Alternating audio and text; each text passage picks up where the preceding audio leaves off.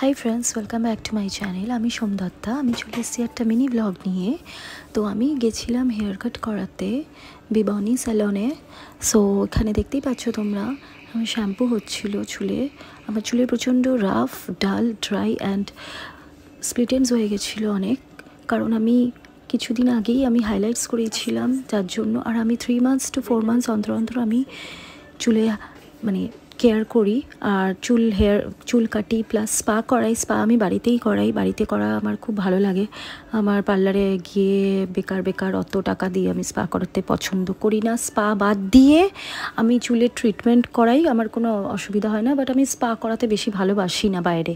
তাই জন্য এখানে আমার চুল শ্যাম্পু করছিল, আর আমি বলছিলাম দাদাটাকে যে যাতে একটু হালকা হাতে যাতে আমার হেয়ারটাকে ক্লিন করে, কারণ আমার প্রচণ্ড হেয়ার ফল হয়।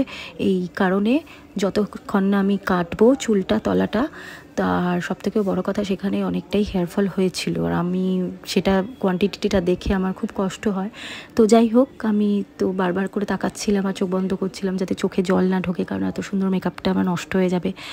আমি চাই না আমার শ্যাম্পুর জন্য আমার কপালের মেকআপ নষ্ট হয়ে যাক, অলরেডি একটুখানি নষ্ট হয়েছে। যাই হোক, তাই জন্য। আর এটা দেখতেই পাচ্ছ তোমরা যে শ্যাম্পু করে একটা মাস্ক লাগিয়ে দিয়ে দেন মাস্ক লাগানোর পর আবার ওয়াশ হয়।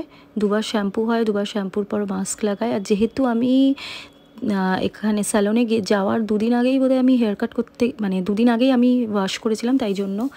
আর মুখটা ওরকম করেছিলাম তার কারণ আমার ভয় লাগছিলো যাতে চুল বেশি না ওঠে। তো এখানে চুলে ব্রাশ করছে, পার্টিশন বানাচ্ছে চুল কাটার জন্য। জিজ্ঞেস করা হলো যে কী কাট করা হবে, তো আমি বলে দিলাম যে একদম মানে সুন্দর করে লেয়ার কাট কেটে দিতে, যাতে স্টেপ বাই স্টেপ লেয়ারটা আসে, একদম প্রচণ্ড স্টেপে যাতে লেয়ারটা আসে, মানে লং লেয়ার্স যাতে না হয়। আর চুলের মানে বেশি যাতে ডিপ কাট না হয়, ফ্রন্টে যাতে কাটটা হয়, ব্যাকে যাতে অল্প কাট থাকে।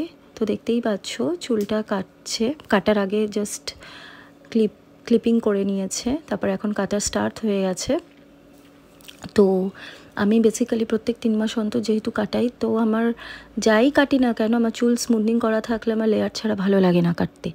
সো লেয়ারটাই আমি বিভিন্ন রকম লেয়ার কাটাই। তো একবার বক্স লেয়ার করেছিলাম, তো এখানে ড্রাই হচ্ছে, তো আমার কাটে আমি খুব খুশি হয়েছিলাম, তাই দাঁত বার করে হাসছিলাম। তো এবারে আমি বক্স লেয়ার করেছিলাম। তো বক্স লেয়ারে কি হয়, সামনের যে লেয়ারের পার্টিশনটা সেটা অতটা সুন্দর করে আসে না। তো এখানে আমার চুল সেট হয়ে গেছে, খুব সুন্দর লাগছিল চুলের কাটিংটা। তো যাই হোক, বাড়িতে গিয়ে চুল বাঁধলে তো আবার যেইকে সেই ওয়াশ করলে তো কোনো কথাই নেই, ঝাঁটার কাঠি। যাই হোক, তাও কিছুটা ঝাঁটার কাঠিটা কমিয়ে দিয়েছিল, কারণ এতটা স্প্লিট এন্ড হয়ে গেছিলো, আমার কষ্ট হচ্ছিলো। বাট ইটস ওকে, একবার তো একটু হতেই পারে, অসুবিধা নেই। তারপরে চলে গেলাম ওখান থেকে চাঁদনি চকের ওখানে খাবার খেতে। তো ওখানে এটা জাস্ট মেনু ছিল, একটা রাস্তার দোকান ছিল, খুব সুন্দর খাবার ছিল। আর আমি পাস্তা লাভার, তাই পাস্তা দেখে আমি আর ওয়েট করতে না পেরে তো ওখানে চাউমিন নেওয়া হলো প্লাস পাস্তা নেওয়া হলো, কারণ আমি ভীষণ পাস্তা খেতে ভালোবাসি। মানে আমাকে 1 সপ্তাহ পাস্তা দিয়ে থাকলেও আমি শুধু পাস্তাই খেয়ে যাব। তো ওখানে আমার পাস্তা ভীষণই ভালো লেগেছিল, বাট একটু বেশি ক্রাঞ্চি ছিল। তারপরে খেলাম হচ্ছে বিস্কফে চিজ কেক, অ্যান্ড দেন আমি এই ব্লগটা